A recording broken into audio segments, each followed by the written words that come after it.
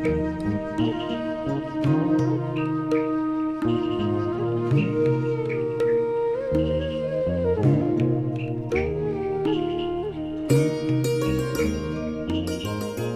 സ്നേഹിയായ മൂവാറ്റുപുഴ മടയ്ക്കൽ ജോയ് വർഗീസ് വീട്ടുമുറ്റത്ത് ഒരു മിനി വനം തന്നെയാണ് തയ്യാറാക്കിയിരിക്കുന്നത്. അതിലെവിടെ നോക്കിയാലും മത്സ്യങ്ങളുള്ള കൊച്ചുതോടുകൾ.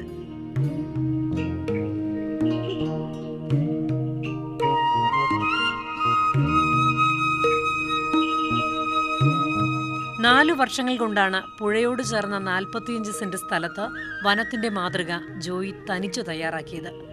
മത്സ്യങ്ങളോടുള്ള താല്പര്യം മൂലം ഇതിനിടയിലെല്ലാം തോടുകൾ പാകി മീൻ വളർത്തൽ ആരംഭിച്ചു.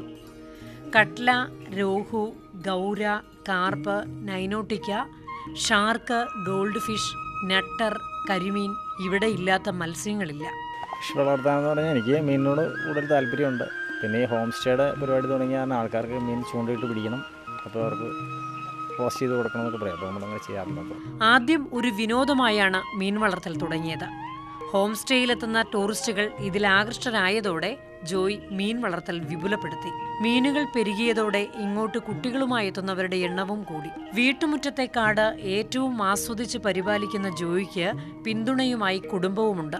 മൊത്തം ഇങ്ങനെയുള്ള എല്ലാം വളർത്തുന്നതിനോട് ഭയങ്കര ഇഷ്ടമാണ്.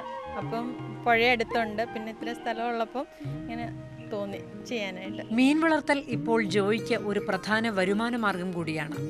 ഹോട്ടലുകളിലേക്കും മറ്റും ഒരുമിച്ച് മീനുകളെ വാങ്ങാനെത്തുന്നവർ ധാരാളം. ഒപ്പം മീൻ വളർത്തലിനായി മീൻ കുഞ്ഞുങ്ങളെ വാങ്ങാനെത്തുന്നവരുമുണ്ട്. അങ്ങനെ ഹോം സ്റ്റേയും മീൻ വളർത്തലും പ്രകൃതി സ്നേഹത്തിന്റെ പ്രതലത്തിൽ ഒരുമിച്ച് ചേർത്ത് മാതൃകയാവുകയാണ് ജോയ്. മാതൃഭൂമി ന്യൂസ്, കൊച്ചി.